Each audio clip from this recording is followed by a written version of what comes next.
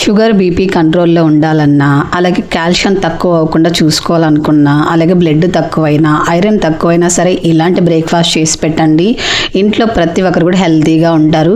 అలాగే సమ్మర్లో మనకి ఏదైనా టిఫిన్ తింటే ఎక్కువ నీళ్ళు దాహం వేస్తుంది కదండి, కడుపులో మంట వస్తుంది కదా, ఇడ్లీ దోశ ఉప్మా లాంటివి తిన్నప్పుడు.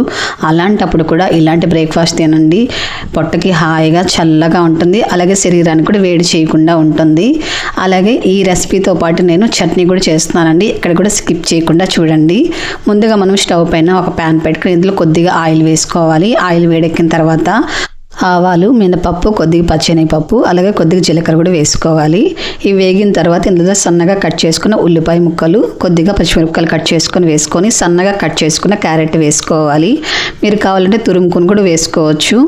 ఇలా వేగేటప్పుడు ఇందులో కొద్దిగా కరివేపాకు కూడా వేసుకొని ఇంకా హెల్తీగా చేసుకోవాలి అన్నట్లయితే నేనైతే మునగాకు వేస్తున్నానండి. మీరైతే ఏ ఆకుకూర కూడా వేసుకోవచ్చు. మునగాకైతే చాలా టేస్టీగా ఉంటుంది, అలాగే హెల్త్కి కూడా చాలా మంచిదండి. ఇది కాస్త వేగేటప్పుడే ఇందులో సన్నగా తురుముకున్న కొబ్బరి కూడా వేసుకోవాలి. పచ్చి కొబ్బరి వేస్తే టేస్ట్ చాలా బాగుంటుంది. అన్నీ కూడా చక్కగా వేయించుకున్న తర్వాత ఇందులో 2 కప్పులు నీళ్లు పోసుకొని తగినంత సాల్ట్ వేసుకోవాలి.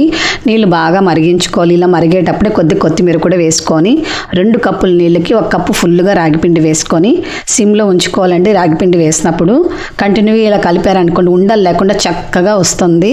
మనం మామూలుగా ఉండలు కట్టేస్తుంది కదండి రాగిపిండి వేసినప్పుడు, కానీ ఇలా చేసి చూడండి, అస్సలు రాగిపిండి ఉండలే కట్టదు.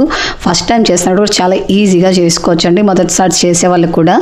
ఇప్పుడు ఇందులో కొద్దిగా నెయ్యి వేసుకుంటే టేస్ట్ బాగుంటుంది, అలాగే మంచి స్మెల్ కూడా వస్తుంది. ఇది సిమ్లో ఉంచుకుని ఒక 2-3 నిమిషాల పాటు ఉడికించుకున్న తర్వాత స్టవ్ ఆపుకొని చల్లారి పెట్టుకోవాలి. కాస్త చల్లగా అయిన తర్వాత చేత్తో ఇలా మనం ఉండల్లాగా చేసుకోవాలండి. మీరు కావాలంటే ఏ షేప్లోనే చేసుకోవచ్చు. నేనైతే లడ్డు షేప్లో చేస్తున్నాను. పిండి అనేది కాస్త గట్టిగా ఉన్నట్లయితే చేత్తో బాగా మెదుపుకోండి, అప్పుడే నైస్గా వస్తాయండి. ఈ ఉండలు అనేవి చూడండి నైస్గా వచ్చాయి. మనం వేసుకున్న కొత్తిమీర, అలాగే క్యారెట్, కొబ్బరి అంతా కూడా కనిపిస్తుంది కదా, టేస్ట్ అమోఘంగా ఉంటుంది. ఇంకొక చిన్న ప్రాసెస్ ఉంది. స్టవ్ పైన ఇడ్లీ కుక్కర్ పెట్టుకొని కొద్దిగా నీళ్లు పోసుకొని పైన ఇలాంటి ఏదైనా ప్లేట్ పెట్టుకొని, లేకపోతే ఇడ్లీ ప్లేట్ ఉంటుంది కదా అది కూడా పెట్టుకోవచ్చు. అన్నీ కూడా ఫుల్ చేసుకున్న తర్వాత మీడియం ఫ్లేమ్లో పెట్టుకొని ఒక 10 నిమిషాలు ఉంచేసేయండి, చక్కగా కుక్ అయిపోతుంది. ఇలా బాగా సాఫ్ట్గా అయిపోతాయండి, వేడిపైన ఉన్నాయి కాబట్టి. ఇవి కాస్త చల్లారిన తర్వాత మనం తీసుకుందాము. అంతలాగా ఇప్పుడు దీనికి చట్నీ రెడీ చేద్దాము. వేయించుకున్న పల్లీలు మిక్సీ జార్లోకి తీసుకోవాలి. అలాగే కొద్దిగా పచ్చి కొబ్బరి ముక్కలు వేసుకోవాలి. కారం తగినన్ని పచ్చిమిరపకాయలు వేసుకోవాలి. ఒక చిన్న వెల్లుల్లి వేసుకోవాలి. తగినంత చింతపండు వేసుకొని కొద్దిగా సాల్ట్ కూడా వేసుకొని దీన్ని కొద్దిగా నీళ్లు పోసుకొని మిక్సీ పట్టుకోవాలి. మీరు కావాలంటే పచ్చిమిరపకాయలు వేయించుకొని కూడా ఆయిల్లో కూడా వేసుకోవచ్చు. నేనైతే పచ్చివే వేసాను.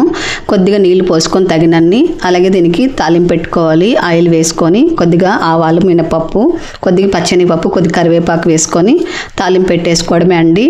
అవి బాగా చల్లగా అయిన తర్వాత మనము ఒక ప్లేట్లోకి తీసేసుకొని చట్నీ తీసుకున్న తర్వాత మీరు కావాలంటే సమ్మర్లో ఇలా పెరుగుతో తినండి, చాలా బాగుంటుందండి. పెరుగులో కొద్దిగా ఉల్లిపాయ, సాల్ట్ వేసుకొని ముంచుకొని తినండి.